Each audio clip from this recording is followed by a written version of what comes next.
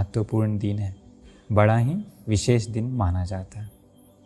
ऐसा इसलिए माना जाता है क्योंकि वैशाख पूर्णिमा के दिन ही पूरे दुनिया को मुक्ति देने वाले का जन्म हुआ था, भगवान बुद्ध का जन्म हुआ था। और वैशाख पूर्णिमा के दिन ही सिद्धार्थ राजकुमार बुद्ध बन गए थे, मुक्ति को साक्षात किए थे।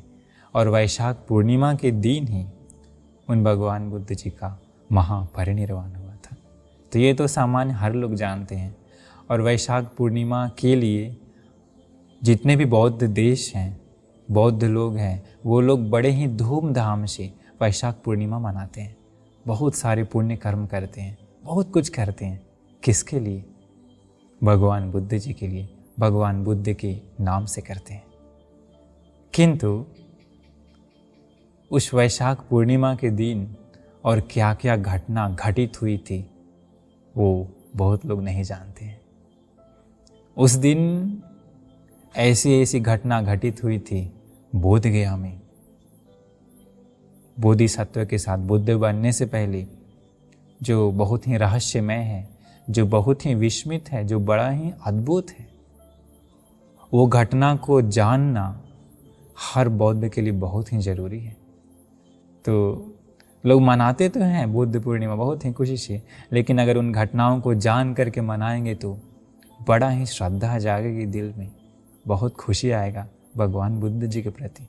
तो आखिर वो रहस्यमय घटना क्या क्या थी? आखिर बुद्ध पूर्णिमा की रात क्या हुआ था? बहुत अद्भुत घटना हुई थी। उस घटना को सुनने के बाद इतना विस्मित हो जाएंगे, सारे रोम खड़े हो जाते हैं। ऐसी ऐसी घटना घटित हुई थी। आज से लगभग 2500 साल पहले उस समय बोध गया को उर्वेला कहते थे। उर्वेला पुराना नाम है। तो उसी उर्वेला गांव में ही वो एक महाश्रमण जाते हैं मुक्ति की तलाश में। और उर्वेला के गांव के किनारे एक नदी थी, नाम था निरंजरा। निरंजरा नाम इसलिए पड़ता है क्योंकि उस समय उसमें पानी जो थी बड़ा ही सुंदर, और उसी के किनारे पर्वतों की श्रृंखला थी। तो वो एक महाश्रमण जाता है उधर मुक्ति के तलाश में। वो और कोई नहीं, सिद्धार्थ बोधिसत्व महाश्रमण कहलाते हैं, श्रमणों के श्रमण कहलाते हैं। ऐसा इसलिए वो आगे आपको समझ में आएगा। मुक्ति की तलाश में जाते तो हैं, लेकिन सर्वप्रथम मुक्ति की खोज में वो सर्वप्रथम कौन सा मार्ग अपनाते हैं पता है? तपस्या। क्योंकि सामान्य दुनिया में प्रसिद्ध है कि तपस्या से ही मुक्ति मिलती है। अभी भी भारत में बहुत ही प्रचलित है, तपस्या करने वाले लोग अनगिनत हैं। तो वो तपस्या शुरू करते हैं। वो महाश्रमण 6 साल तक इतनी तपस्या की कि अंत में जब स्टार्टिंग में आते हैं तो तपस्या के लिए उनका शरीर का वर्ण स्वर्ण वर्ण होता है, सोने का होता है, सुनहरा रंग होता है, आंखें नीली होती है, शरीर से इतना दिव्य कांति फैलती है कि खोज पाना भी मुश्किल है कि क्या वो मनुष्य है क्या। इतना सुंदर रूप था। लेकिन 6 सालों की तपस्या के कारण अंत में उनका शरीर बिल्कुल ही कुरूप हो गया। शरीर में 32 महापुरुष लक्षण थे, कुछ भी दिखता नहीं था। 6 साल तपस्या करते करते शरीर पर इतना धूल चिपक गया कि जैसे पेड़ का छाल होता है ना, वैसा धूल चिपक गया था। कभी धोए नहीं थे।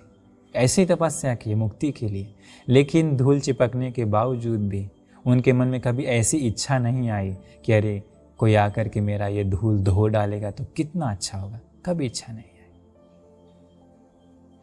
खाना इतना कम की तपस्या के लिए, इतना कम खाते थे कि कभी कभी एक दिन में एक चावल, एक मूंग की दाना, सोच नहीं सकते आजकल के लोग।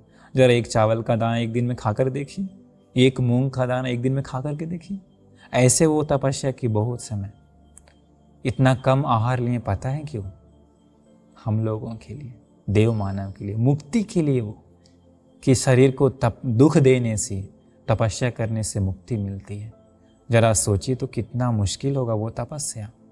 वो तपस्या करते करते अंत में उनका शरीर इतना कमज़ोर हो गया, इतना दुर्बल हो गया, इतना पतला हो गया कि पेट छूने के बाद पेट नहीं, रीढ़ की हड्डी पकड़ाती थी।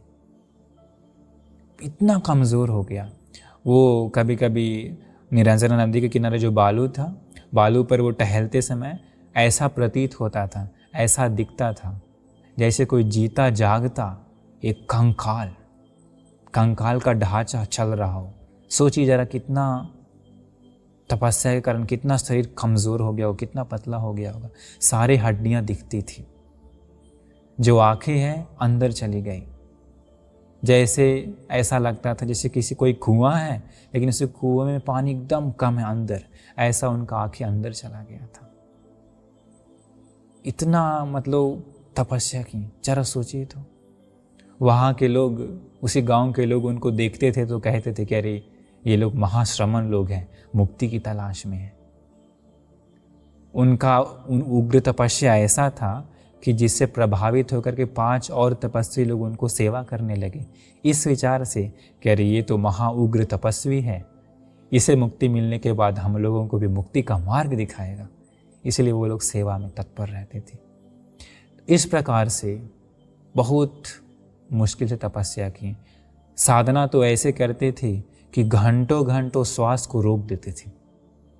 अभी क्या लोगों को 5 मिनट श्वास नहीं रोक सकता, किंतु धर्म में है वो घंटों घंटों श्वास को रोक रखते थे। किस लिए? मुक्ति के लिए। शरीर को बड़ा दर्द होता था उनका, सहन की मुक्ति के लिए। आज के लोगों को सोच भी नहीं सकता। सोचिए तो कितना कष्ट तकलीफ उठाएं। ऐसे बहुत मेहनत से करते करते 6 साल बीत गया। 6 साल बीतने के बाद उनके मन में एक दिन ऐसा विचार आता है कि अरे इस दुनिया में जितना भी तपस्या है वो सारे तपस्याओं को मैंने कर लिया, और उसमें भी उग्र रूप से। मतलब ऐसा कोई तपस्या नहीं जो उन्होंने किया ना हो, और उन्होंने किया भी है तो बिल्कुल उग्र रूप से, साधारण रूप से नहीं। सोचिए कितना उग्र तपस्या होगा उनका। ऐसा करने के बाद अंत में बार बार वो कभी कभी चलते चलते गिर जाते थे, क्योंकि शरीर में शक्ति नहीं थी ना। भोजन नहीं लेते थे, एक दिन में 1 चावल 1 मूंग का दाना। सोचिए तो, सोच नहीं सकते हैं ना। ऐसे करते करते एक दिन उनके मन में विचार आता है कि मैंने सारी तपस्याएं कर ली, अब ऐसा कोई शेष नहीं रहा। ऐसा है तो मुक्ति के लिए क्या और कोई मार्ग है क्या? सोचिए अभी सारे बौद्ध लोग भगवान बुद्ध के लिए, उनका सम्मान के लिए बुद्ध पूर्णिमा मनाते हैं। बुद्ध बन गए इसलिए, लेकिन देखिए वो मुक्ति को पाने के लिए कितना मेहनत की है। हम लोगों को आजकल सोच भी नहीं सकता है ना। टहलते टहलते गिर जाते थे मुक्ति के लिए, शमशान घाट में सोते थे मुक्ति